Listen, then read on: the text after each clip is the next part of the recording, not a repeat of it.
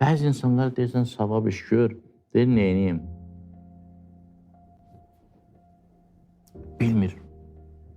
Çünki peşəkar deyil savab işdə. Zəhmət çəkməyib, Allah da yolunu açmayıb. Bəzi insanlar var, günah iş gör. Deyir, Allahın olsun, bu günahı mən necə eləyim?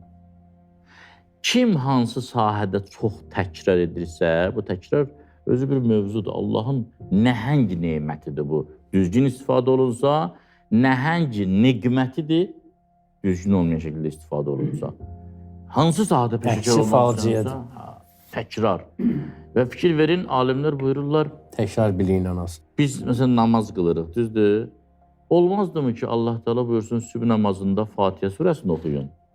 Günorta namazında, məsələn, Fəcr surəsini oxuyun. Axşam namazında Ləyl surəsini oxuyun.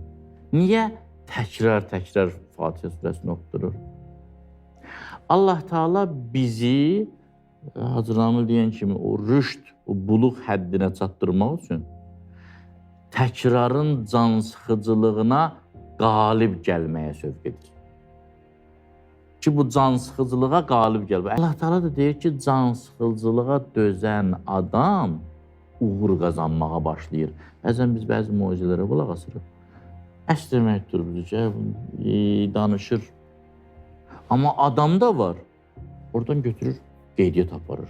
Bu bir, bu iki, bunlar mənim həyatıma lazım olan şeylərdir. İnsanlar təkrara qalib gəlsələr, təkrarın cansıxıcılığına uğur başlayacaq müsbət tərəfdən. Bu biri tərəfdən də həmin təkrar nemətindən mənfi tərəfdə istifadə olunsa, artıq, diqqət edin, xahiş edirəm bu sözümə, artıq bu adam günahda ideoloq olacaq.